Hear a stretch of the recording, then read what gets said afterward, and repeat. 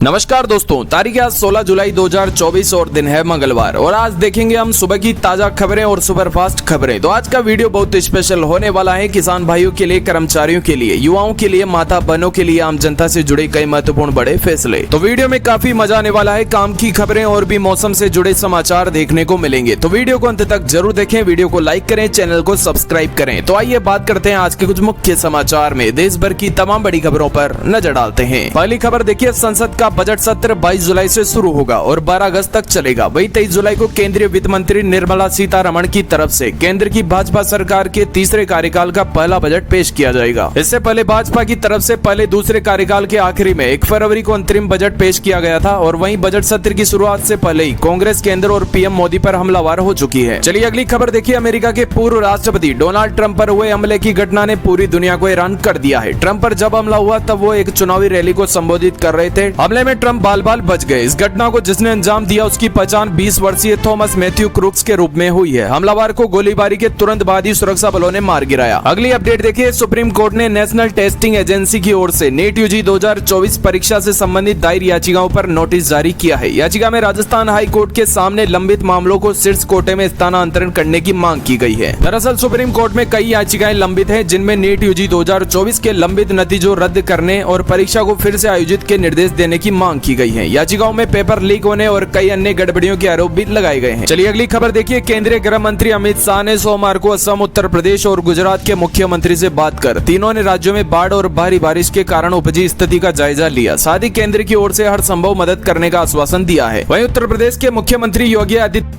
और गुजरात के मुख्यमंत्री भूपेंद्र पटेल से फोन पर बातचीत की। केंद्रीय गृह मंत्री ने दोनों राज्यों में भारी बारिश के बाद नदियों में बढ़ते जलस्तर के कारण पैदा हुई स्थिति का जायजा लिया। शाह ने तीनों मुख्यमंत्री को स्थिति में निपटने के लिए केंद्र सरकार की ओर से हर संभव मदद मुहैया कराने का आश्वासन दिया है ना। चलिए अगली खबर है, कावेरी जल विवाद फिर से गर्मा गया। तमिलनाडु के मुख्यमंत्री एम.के. स्टालिन ने कावेरी जल विवाद को लेकर कर्नाटक सरकार के रुख की आलोचना की है। उन्होंने अंतर्राज्यीय नदी विवाद को लेकर आगामी 16 जुलाई को सर्वदलीय बैठक बुलाई है। स्टालिन ने कहा कि 15 जुलाई 2024 तक कर्नाटक के 4 मुख्य बांधों में कुल भंडारण 75.586 टीएमसी फिट है। चलिए अगली खबर देखिए, भारत के विदेश मंत्री डॉक्टर एस जयशंकर ने एक वीडियो संदेश में मार्शल द्वीप गणराज्य को 10वें माइक्रोनेशियन गेम्स के सफल आयोजन की बधाई दी। इस दौरान भारत और मार्शल द्वीप गणराज्य के बीच 4 विकास परियोजनाओं को लेकर हुए समझौते पर भी हस्ताक्षर हुए। इन परियोजनाओं के तहत भारत मार्शल द्वीप गणराज्य में सामुदायिक खेल केंद्र, एयरपोर्ट टर्मिनल, सामुदायिक भवन का निर्माण करेगा। चलिए अगली अपडेट देखिए, सस्ते कर्ज के इंतजार में बैठे लाखों लोगों को तगड़ा झटका है। देश के सबसे बड़े सरकारी बैंक एसबीआई ने अपने कर्ज की ब्याज दरें बढ़ा दी है। बैंक ने सोमवार को बताया कि उसने internal benchmark marginal cost of lending rate अर्थात एमसीएलआर को 5 से 10 आधार अंक बढ़ा दिया गया है। नई ब्याज दरें सोमवार 15 जुलाई से ही लागू हो चुकी हैं। बैंक की ओर से ब्याज दरें बढ़ाए जाने के बाद इस बेंचमार्क से जुड़े सभी तरह के कर्ज और उसकी ईएमआई बढ़ा दी गई है। एसबीआई की ओर से जारी नोटिफिकेशन के अनुसार बैंक ने 1 साल के लोन पर एमसीएलआर 0.10% बढ़ा दिया गया है ना। और चलिए अगली खबर, राजस्थान में बिजली कंपनियों का घाटा लगातार बढ़ता जा रहा है। ये घाटा 1 लाख करोड़ के पार जाकर 1.5 लाख करोड़ के करीब जाने की तैयारी कर रहा है। सूबे में बिजली कंपनियों के घाटे को कम करने में भाजपा और कांग्रेस दोनों ही सरकारें विफल नजर आ रही हैं। इस घाटे को पाटने के लिए मौजूदा भजन लाल सरकार के पास अभी तक कोई भी ठोस प्लान नहीं है। ऐसे में इस बात पर संशय के बादल मंडराने लग गए हैं कि क्या पूर्व में गहलोत राज के समय से चल रही आ रही फ्री बिजली योजनाएं आगे भी जारी रहेंगी या नहीं। और खबर आ रही है, जेल में बंद पाकिस्तान के पूर्व प्रधानमंत्री इमरान खान की राजनीति पारी खत्म होने के कगार पर पहुंच गई है। शहबाज शरीफ सरकार ने उनकी पार्टी तहरीक इंसाफ पर देश विरोधी गतिविधियों में लिप्त होने का आरोप लगाया है। साथ ही ऐलान किया है कि जल्दी उनकी पार्टी पर प्रतिबंध लगाया जाएगा। सरकार के एक मंत्री ने कहा, इमरान खान ने आईएमएफ से डील फेल करने की कोशिश की, जिसके बाद सरकार ने फैसला लिया। और चलिए अगली खबर, दिल्ली के मुख्यमंत्री अरविंद केजरीवाल के वजन पर बवाल शुरू हो गया है। आम आदमी पार्टी ने दावा किया है कि अरविंद केजरीवाल का वजन 8.5 किलोग्राम कम हो गया है। सोते समय उनका शुगर लेवल 5 बार 50 से नीचे चला गया। आम आदमी पार्टी के नेताओं और दिल्ली सरकार के मंत्रियों के दावे पर अब तिहाड़ जेल ने सवाल उठाया। तिहाड़ प्रशासन का कहना है कि जेल में अरविंद केजरीवाल का 2 किलोग्राम वजन कम हुआ है। एम्स मेडिकल बोर्ड उनकी निगरानी कर रहा है। और अब देखते हैं क्रिकेट खेल जगत से जुड़ी अगली अपडेट। क्रिकेट वर्ल्ड कप में भारत का शानदार प्रदर्शन सबने देखा और खूब जश्न मनाया, लेकिन इस जश्न के बीच सरकार को एक ऐसी चीज नजर आ गई जिससे उसके माथे पर चिंता की लकीरें आ गई। दरअसल मैच के बीच में ही तंबाकू और गुटखे के इतने विज्ञापन दिखाए गए जितने मैचों में कभी नजर नहीं आए। इसे देखकर भारत सरकार ही नहीं, वर्ल्ड हेल्थ ऑर्गेनाइजेशन भी चौंक गया, जिसके बाद सरकार एक बड़ा फैसला लेने जा रही है। मैचों के दौरान तंबाकू और गुटखे के विज्ञापनों पर पाबंदी लगाई जाएगी। और खबर देखिए, फूड डिलीवरी करने वाली कंपनी जोमेटो पर 60,000 रुपए का जुर्माना लगा है। कंपनी पर यह जुर्माना 133 रुपए के मोमोज डिलीवरी नहीं करने के कारण लगा है। कर्नाटक के कंज्यूमर फोरम ने कंपनी पर जुर्माना लगाते हुए कहा कि उसकी वजह से याचिकाकर्ता महिला को मानसिक रूप से पीड़ा का सामना करना पड़ा। याचिकाकर्ता ने बार बार कंपनी में इसकी शिकायत की, लेकिन उनकी तरफ से एक भी कोई एक्शन नहीं लिया गया, तो महिला ने कंज्यूमर फोरम में याचिका दायर की। धारवाड़ के डिस्ट्रिक्ट कंज्यूमर कमीशन ने जोमेटो पर मोमोज डिलीवरी न करने के लिए 50,000 रुपए का जुर्माना लगाया है। 10,000 रुपए का जुर्माना याचिकाकर्ता को हुए मानसिक तनाव के लिए लगाया गया है ना। अगली खबर देखिए, अगले साल अपनी मेजबानी में होने वाली चैंपियन ट्रॉफी 2025 को लेकर पाकिस्तान क्रिकेट बोर्ड अभी से टेंशन में नजर आ रहा है। इसका बड़ा कारण भारतीय क्रिकेट कंट्रोल बोर्ड है, जिसने अपनी टीम को पाकिस्तान नहीं भेजने का फैसला सुनाया है। हाल ही में बीसीसीआई ने फिर दोहराया था कि वो अपनी टीम को पाकिस्तान नहीं भेजेगा, जिसमें बाद में पीसीबी लगातार रोता नजर आ रहा है। अब पाकिस्तान क्रिकेट बोर्ड ने बीसीसीआई से यह बात लिखित में मांग ली है। दोस्तों, पीसीबी ने कहा कि बीसीसीआई लिखकर सबूत दे कि भारत सरकार ने सुरक्षा कारणों की टीम इंडिया को पाकिस्तान जाने की अनुमति देने से इनकार कर दिया है। पीसीबी के एक सूत्र ने यह बात कही कि मेजबान बोर्ड चाहता है कि मामला जल्दी से सुलझाया जाए, क्योंकि टूर्नामेंट अगले साल फरवरी मार्च में होना है। और चलिए शेयर मार्केट को लेकर अगली अपडेट। शेयर बाजार में मल्टी बैगर स्टॉक की तादाद लगातार बढ़ रही है। इनमें से कुछ लॉन्ग टर्म में निवेशकों को मालामाल करने वाले साबित हुए हैं, तो वहीं कुछ ऐसे भी बेहद कम समय में पैसे छापने की मशीन बन गए हैं। ऐसा ही एक स्टॉक है एनर्जी सेक्टर की कंपनी वारी रिन्यूएबल्स, जो महज 5 साल में 2 रुपए से लेकर 2,000 रुपए तक करीब पहुंच गया है। सोमवार को इस शेयर में फिर से जोरदार उछाल देखने को मिला है। और बड़ी खबर देखिए, फिर लगा झटका, रिटेलर के बाद अब थोक महंगाई भी बढ़ी। लगातार चौथे महीने भी आया उछाल। दोस्तों, बता दें कि देश में महंगाई के मोर्चे पर एक बार फिर झटका लगा है। वाणिज्य और उद्योग मंत्रालय द्वारा जारी आंकड़ों के मुताबिक जून में थोक महंगाई दर बढ़कर 3.36% तक पहुंच गई है। बीते 4 महीने में लगातार वीपीआई में इजाफा हो रहा है, जिससे पहले ही मई महीने में वीपीआई इन्फ्लेशन रेट 2.61% था। वाणिज्य एवं उद्योग मंत्रालय की ओर से जारी किए गए बयान के मुताबिक थोक महंगाई में बढ़ोतरी इस महीने खाद्य पदार्थों के दाम, खाद्य पदार्थों के उत्पादन, कच्चे तेल, पेट्रोल, प्राकृतिक गैस और अन्य चीजों की कीमतों में वृद्धि की वजह से दर्ज की गई है ना। चलिए अगली खबर की बात करते हैं। शिव भक्तों के लिए खुशखबरी, महाकाल से काशी का सफर हुआ आसान। रेलवे ने यात्रियों को दी बड़ी सहूलियत। दोस्तों, बता दें कि बाबा विश्वनाथ से महाकाल के द्वार तक की यात्रा अब और सुगम होने जा रही है। भारतीय रेलवे ने आगामी श्रावण मास को देखते हुए एक महत्वपूर्ण निर्णय लिया है। वाराणसी से उज्जैन के लिए जाने वाली train number 2041-5/2041-6 Varanasi Indore superfast express और ट्रेन नंबर 20-413 और 20-414 काशी महाकाल वाराणसी इंदौर सुपरफास्ट एक्सप्रेस में 4 जनरल बोगी की सुविधा बढ़ाई गई है। लंबे समय से यात्री इसकी डिमांड कर रहे थे। खबर आ रही है, देखिए, अरविंद केजरीवाल और आम आदमी पार्टी के लिए बीता हफ्ता कभी खुशी और कभी गम लेकर आया है। सुप्रीम कोर्ट ने केजरीवाल को अंतरिम जमानत दे दी है। वहीं ईडी ने नई चार्जशीट में केजरीवाल और आम आदमी पार्टी को शराब घोटाले के आरोपियों में शामिल कर दिया है। अंतरिम जमानत के बाद भी केजरीवाल अभी भी सीबीआई की गिरफ्त में है। अरविंद केजरीवाल के लिए आगे की लड़ाई कितनी मुश्किल है। आम आदमी पार्टी को आरोपी बनाए जाने का भी उनकी राजनीति पर क्या असर पड़ेगा, ये तो देखने वाली बात रही है ना। चलिए अगली खबर है, नेपाल में भूस्खलन में 2 यात्री बसों के बहने के बाद नेपाल के सुरक्षा बलों गोताखोर बचाव कार्य में लग गए हैं। शनिवार को 50 से अधिक लोगों की तलाश शुरू हो गई है। इनमें से 7 भारतीय भी शामिल हैं। हालांकि एक भारतीय का शव बरामद किया जा चुका है। चितवन जिले में नारायण घाट मुलंगिन मार्ग पर सिमतला क्षेत्र में भूस्खलन के कारण त्रिशूल नदी में 2 बस बह गई थी। 50 लोगों के लिए बचाव कार्य में लगभग 500 सुरक्षा कर्मी लगे हैं। अच्छा भाई, अमेरिका के राष्ट्रपति जो बाइडेन ने तिब्बत विवाद का शांतिपूर्ण तरीके से हल निकालने के लिए रिजोल्व तिब्बत एक्ट पर हस्ताक्षर कर दिए हैं। चीन के इस कानून को लेकर अमेरिका को चेतावनी दी थी और अमेरिकी राष्ट्रपति जो बाइडेन से इस कानून पर हस्ताक्षर न करने को कहा था। हालांकि बाइडेन ने चीन के विरोध को दरकिनार कर रिजोल्व तिब्बत एक्ट पर हस्ताक्षर करने का फैसला किया। और चलिए बड़ी खबर आ रही है, कानूनी पचड़े में फंसे यूट्यूबर ध्रुव राठी। ओम बिरला की बेटी के खिलाफ विवादित पोस्ट मामले में मुंबई पुलिस ने दर्ज की एफआईआर। दोस्तों, बता दें कि यूट्यूबर ध्रुव राठी एक बार फिर सुर्खियों में आ गए हैं। दरअसल महाराष्ट्र नोडल साइबर पुलिस की तरफ से बीते बुधवार उनके ऊपर एक एफआईआर दर्ज की गई। यह एफआईआर एक फेक एक्स पोस्ट को लेकर हुई है। मामले में पुलिस ने जांच भी शुरू कर दी है और ये पता लगाने की कोशिश कर रही है कि जिस अकाउंट से ट्वीट किया गया है क्या वाकई वह ध्रुव राठी का ही है। दोस्तों, जानकारी के मुताबिक ध्रुव राठी के खिलाफ एक एफआईआर लोकसभा अध्यक्ष ओम बिरला की बेटी के खिलाफ विवादित पोस्ट के मामले में हुई है। पोस्ट के जरिए आरोप लगाया गया है कि उन्होंने बिना परीक्षा दिए यूपीएससी क्लियर कर लिया है। एफआईआर महाराष्ट्र साइबर सेल की तरफ से दर्ज की गई है ना। चलिए अगली खबर, जेल में कम हुआ केजरीवाल का 8.5 किलो वजन, आप नेता संजय सिंह का दावा। दोस्तों, बता दें कि आम आदमी पार्टी के राज्यसभा सांसद जो संजय सिंह हैं, उन्होंने केंद्र सरकार पर निशाना साधा है। उन्होंने शनिवार को प्रेस कॉन्फ्रेंस कर अरविंद केजरीवाल का वजन 8.5 किलो तक कम होने का मामला उठाया है। आप नेता ने केंद्र सरकार पर साजिश करने का आरोप भी लगाया है। अच्छा भाई, पीएम मोदी की रूस यात्रा से आई अच्छी खबर, 2026 में मिलेंगे आसमानी कवच के 2 यूनिट। दोस्तों, बता दें कि प्रधानमंत्री नरेंद्र मोदी के रूस दौरे के बाद